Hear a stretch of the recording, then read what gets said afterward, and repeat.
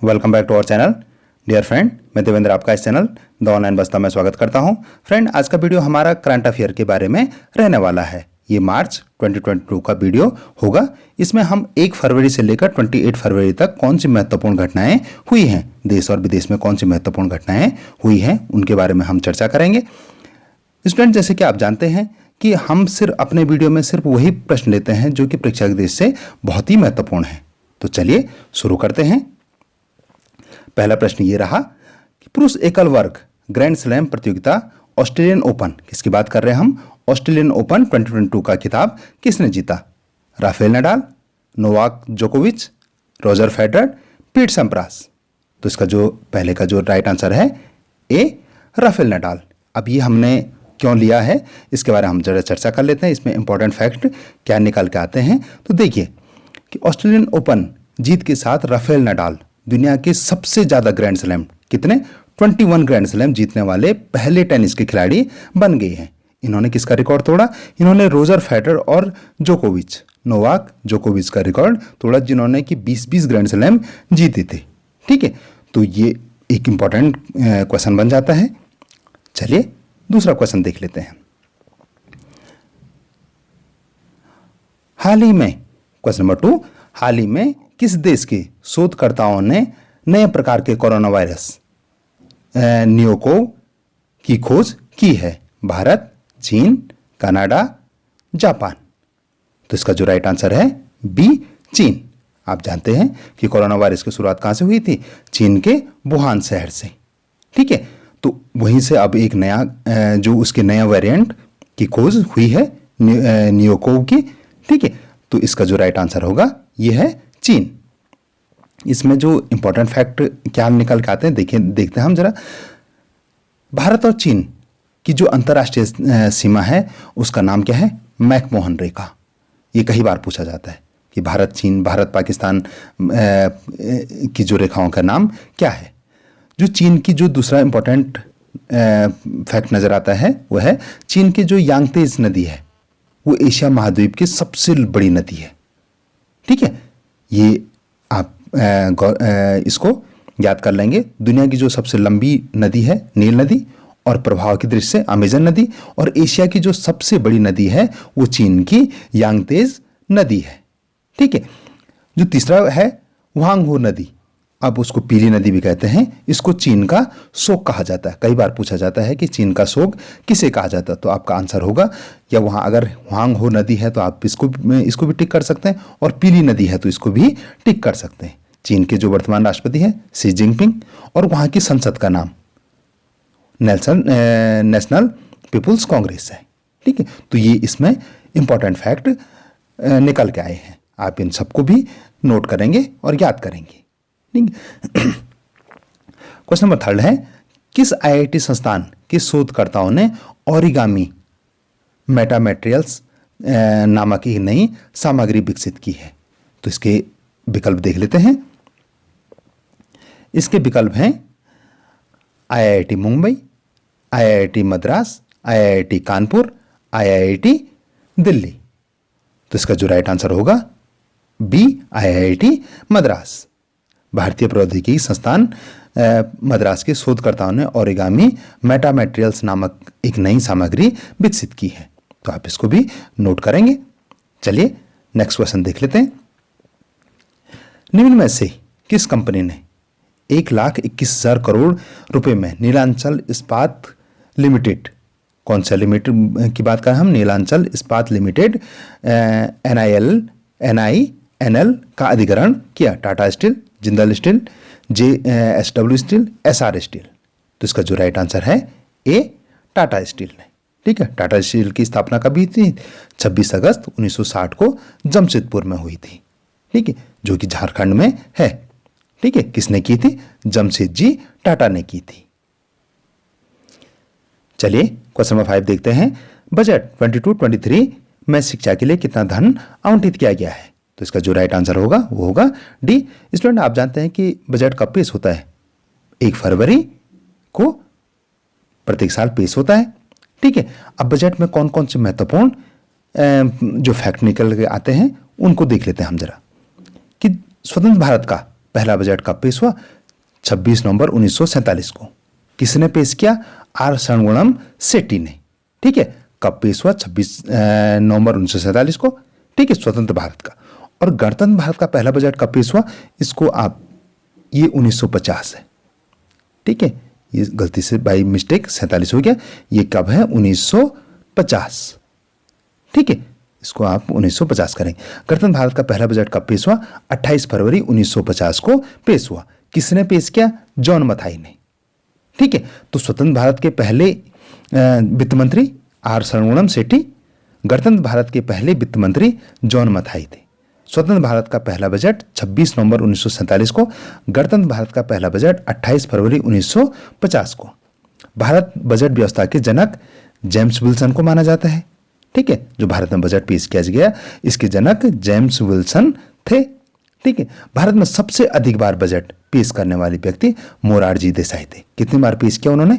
10 बार पेश किया। तो आप ये जो मैंने अभी इतने सारे इंपॉर्टेंट फैक्ट बताए, आप इनको भी नोट करेंगे। ठीक है, चलिए, हाँ, इसको जरूर देख लेंगे कि ये 47 नहीं है, ये 1950 है। ठीक है, चलिए, क्वेश्चन नंबर 6 देख लेते हैं। भारत का पहला भूवैज्ञानिक उद्यान कहाँ स्थापित किया गया? जियोलॉजिकल पार्क कहाँ स्थापित किया गया? तो ए जयपुर, इसकी सेटिंग ठीक नहीं हुई आज, जयपुर, बी लखनऊ, सी जबलपुर और डी जोधपुर। ठीक है, तो इसका जो राइट आंसर होगा 6 का सी जबलपुर। यह पार्क 5 एकड़ जमीन में और 35 करोड़ लागत से निर्मित किया जाएगा। यह पार्क मध्य प्रदेश के जबलपुर के लैमहटा में बनेगा। लैमहटा में क्यों बनेगा? ये भी सोचने वाली बात है।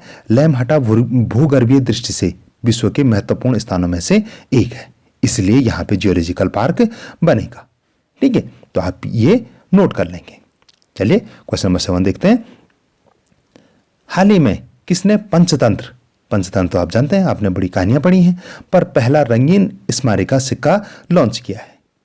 नरेंद्र मोदी, पीयूष गोयल, निर्मला सीतारमण, स्मृति ईरानी। तो इसका जो राइट आंसर है सी, निर्मला सीतारमण ने। ठीक है, क्वेश्चन नंबर 8 देख लेते हैं।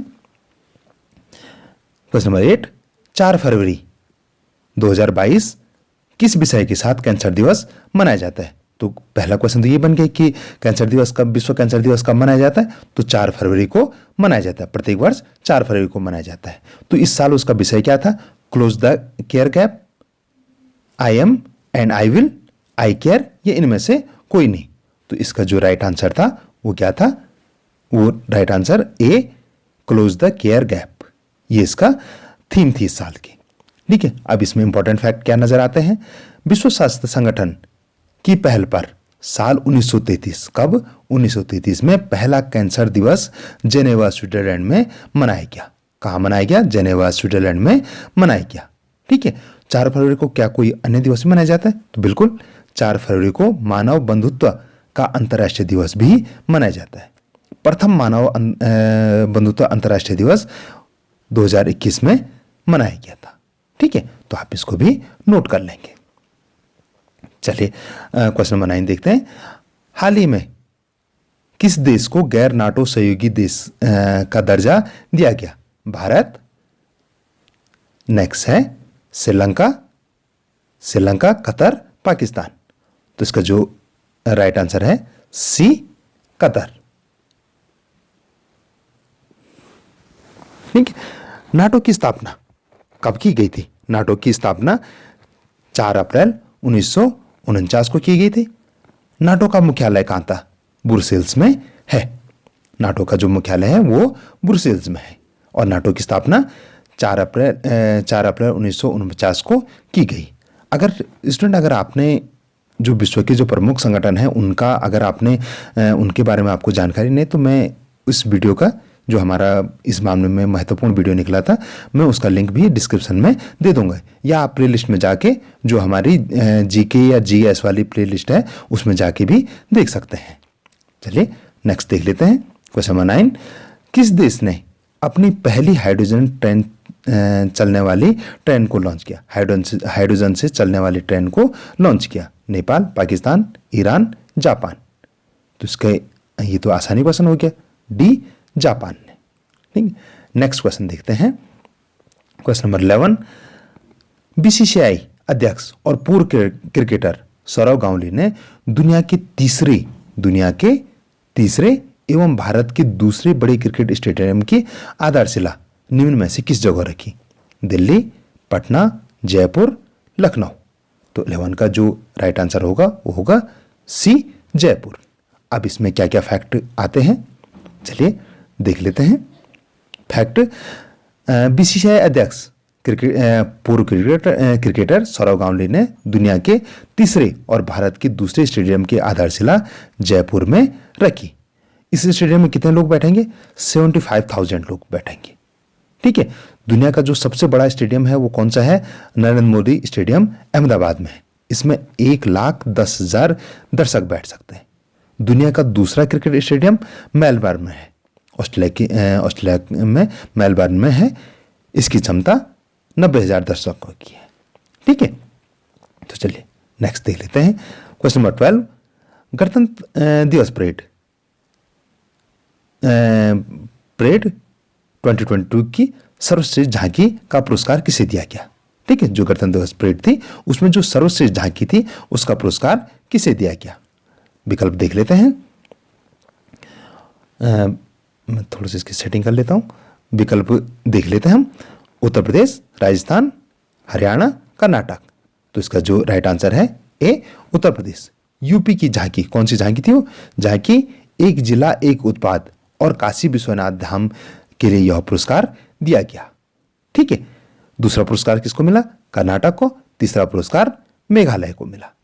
ठीक है, आप कमेंट सेक्शन में बताएंगे कि उत्तराखंड की इस वर्ष उत्तराखंड की झांकी कौन सी थी। ठीक है, चलिए नेक्स्ट देख लेते हैं। क्वेश्चन नंबर 13, नवीन उपन्यास द इमॉर्टल किंग राओ किसने लिखी? बोहिणी वारा ने, साक्षी वेदरा ने, अनामिका शेट्टी ने, नीलम श्रीवास्तव ने। तो इसका जो राइट आंसर है ए, बोहिणी वारा ने। ठीक, क्वेश्चन नंबर 14 देख लेते हैं। Question number 14, under 19 world cup 2022 का खिताब किसने जीता? West Indies, Australia, Bharat, New Zealand. तो भारत का अंडर 19 वर्ल्ड कप ये भारत का 5वां खिताब था। ठीक है, और इसके जो कप्तान थे वो यश ढोल थे। यश ढोल की कप्तानी में भारत ने ये खिताब जीता, 5वीं बार वर्ल्ड कप जीता। ठीक है, चलिए क्वेश्चन नंबर 15 देख लेते हैं। क्वेश्चन नंबर 15 है, 1000 वनडे मैच खेलने वाली विश्व की पहली टीम कौन सी है? तो ये भारत है। ठीक है, ये पहली टीम है जो कि भारत है। चलिए इसमें जो फैक्ट हैं वो भी देख लेते हैं। फैक्ट क्या नजर आते हैं इसमें? भारत के बाद ऑस्ट्रेलिया 958 और पाकिस्तान 936 का स्थान आता है, यानी दूसरे स्थान पे ऑस्ट्रेलिया और तीसरे स्थान पे पाकिस्तान है। ठीक है, भारत ने अपना पहला वनडे मैच कब खेला था? 1974 में। किसके खिलाफ खेला था? इंग्लैंड के खिलाफ खेला था। तो ये जो 2-3 क्वेश्चन छोटे छोटे बनते हैं आप इनको भी नोट कर लेंगे। चलिए नेक्स्ट देख लेते हैं। क्वेश्चन नंबर 16, हाल ही में उत्तराखंड की सरकार ने किस अभिनेता को राज्य का ब्रांड एम्बेसडर नियुक्त किया? अजय देवगन, संजय दत्त, सलमान खान, अक्षय कुमार। इसका जो राइट आंसर है वो है डी, अक्षय कुमार। ठीक है, क्वेश्चन नंबर 17 देख लेते हैं। क्वेश्चन नंबर 17 है, थोड़ा सा, हाँ, क्वेश्चन नंबर 17 है, हाल ही में किस देश द्वारा सीडॉम नामक एक नई नौसेना वायु रक्षा प्रणाली का सफलतापूर्वक परीक्षण किया गया? तो ये किसके, ये तो आपने अंदाज लगा ही दिया। इजराइल, पाकिस्तान, नेपाल, चीन। तो इसका जो राइट आंसर है ए, इजराइल। इजराइल द्वारा सीडॉम नामक एक नई नौसेना वायु रक्षा प्रणाली का सफलतापूर्वक परीक्षण किया गया। ठीक, सीडॉम क्या है? उनके पास जो पहले ही आयरन डॉम करके वायु रक्षा प्रणाली थी, एंटी मिसाइल रोधी प्रणाली थी, तो उसी का उन्नत संस्करण या नौसेना संस्करण सीडॉम है। ठीक है, तो चलिए नेक्स्ट देख लेते हैं। क्वेश्चन नंबर 18 है, प्रसिद्ध सीरियल महाभारत में भीम के किरदार निभाने वाले किस अभिनेता का निधन हो गया? ठीक है, महाभारत में भीम का किरदार किसने निभाया था? अब आपको महाभारत याद आ रही होगी, ठीक है। बनाए तो किसने थे? बी आर चोपड़ा ने, ठीक। तो लेकिन उसमें भीम का किरदार निभाने वाले अभिनेता का नाम क्या था? चलिए देख लेते हैं। उसमें जो इसका जो राइट आंसर है वो होगा सी, प्रवीण कुमार, ठीक है। जो उसमें भीम का किरदार निभा रहे थे उनका नाम प्रवीण कुमार था, ठीक है। नेक्स्ट देख लेते हैं क्वेश्चन नंबर 19। भारतीय रिजर्व बैंक ने नई ई रूपी डिजिटल प्रीपेड वाउचर की सीमा 1,10,000 से बढ़ाकर कितना किया? 1 लाख, 2 लाख, 20,000, 50,000। तो इसका जो राइट आंसर है ए, 1 लाख रुपए, ठीक। अब इसमें क्या क्या इंपॉर्टेंट फैक्ट हैं, चलिए इसे भी देख लेते हैं, ठीक है। काफ़ी फैक्ट नजर आते हैं इसमें। ई रूपीज मूलतः एक डिजिटल प्रीपेड वाउचर है जो कि एक कस्टमर को फोन पर SMS या QR कोड के रूप में मिलता है। ई रूपी प्रीपेड वाउचर को national payment corporation of India ने अगस्त 2021 में लॉन्च किया था। 2021 में इसको लॉन्च किया गया था, ठीक है। ये तो प्रीपेड वाउचर के बारे में जानकारी आई। अब थोड़ा हम RBI के बारे में देख लेते हैं। तो RBI की स्थापना कब हुई थी? 1 अप्रैल 1935 को हुई थी। RBI का राष्ट्रीयकरण कब हुआ था? 1 जनवरी 1949 को हुआ था, ठीक है। 1949 को इसका राष्ट्रीयकरण हो गया था। 5th वाला देखते हैं। मुख्यालय कहाँ है? RBI का मुख्यालय मुंबई में। और गवर्नर कौन है? शक्तिकांत दास। कितने गवर्नर हैं? 25वें गवर्नर हैं। उप गवर्नर कौन होने? श्री रविशंकर, महेश कुमार जैन, माइकल डी पात्रा और राजेश्वर राव। तो ये इसमें काफी इंपॉर्टेंट फैक्ट नजर आते हैं, ठीक है। तो चलिए नेक्स्ट देखते हैं क्वेश्चन नंबर 20। हाल ही में सुर्खियों में रहा कीव। कीव किस देश की राजधानी है? Romania, Poland, Ukraine, Belarus. तो इसका जो राइट आंसर है वो है यूक्रेन। आजकल आप जानते हैं कि रूस ने यूक्रेन पे क्या कर लिया? अटैक कर लिया है, ठीक है। मैंने उसके बारे में काफ़ी डिटेल में इसलिए नहीं बताया कि आपने इसके बारे में काफ़ी कुछ पढ़ लिया है और समाचारों में भी सुन लिया है, इसलिए मैंने इसमें उसकी ज़्यादा चर्चा नहीं करी है। क्वेश्चन नंबर 21 देखते हैं। हाल ही में पुरातत्वविदों ने किस देश में एक प्राचीन रोमन बस्ती की खोज की है? Italy, France. बाकी 2 विकल्प देखते हैं। इटली, फ्रांस, रोम, यूनाइटेड किंगडम। तो इसका जो राइट आंसर है डी, यूनाइटेड किंगडम। पुरातत्वविदों ने यहाँ पे क्या मिले उनको? सिक्के मिले, मिट्टी के बर्तन मिले और कटलरी मिली और गेमिंग पासा मिला, घंटियां मिली और शीशे के वजन मिले, ठीक है। इतनी सारी चीजें उनको वहां पे मिली, जिससे कि पता लगा कि वो रोमन वासियों की एक कॉलोनी रही होगी, ठीक। यूके के बारे में कुछ चर्चा कर लेते हैं। इंग्लैंड, वेल्स, स्कॉटलैंड, उत्तरी आयरलैंड की एक संयुक्त भूमि को यूनाइटेड किंगडम कहा जाता है और शॉर्ट में यूके कहा जाता है, ठीक है। और कई कई बार हम उसको ब्रिटेन या इंग्लैंड या यूके कुछ भी कह लेते हैं, ठीक है। यूनाइटेड किंगडम कह लेते हैं। ब्रिटेन की जो प्रमुख नदियां हैं वो कौन कौन सी हैं? टेम्स है, राइन है, मर्सी है, सवर्न है। यूके की राजधानी, ब्रिटेन की राजधानी कहाँ है? लंदन है। लंदन किस नदी के किनारे बसा है? टेम्स नदी के किनारे बसा है। कई जगह थैम्स भी लिखा होगा, ठीक है। तो आप कंफ्यूज नहीं करेंगे, टेम्स और थैम्स एक जगह है, एक ही चीज है, नहीं। प्रधानमंत्री कौन है वहां के? Boris Johnson.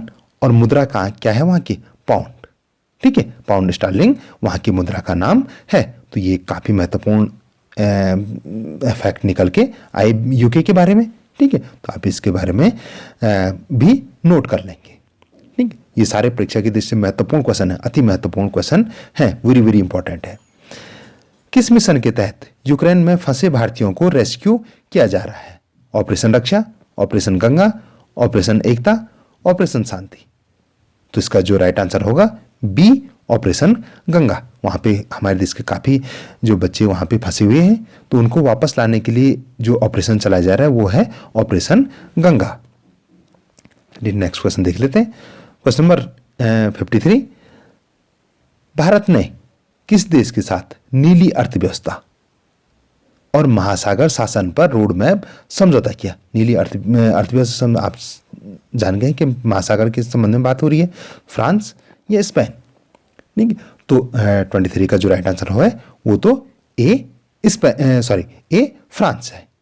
ठीक है, ए फ्रांस है, जिसके साथ हमने ये क्या किया, समझौते पे हस्ताक्षर किए।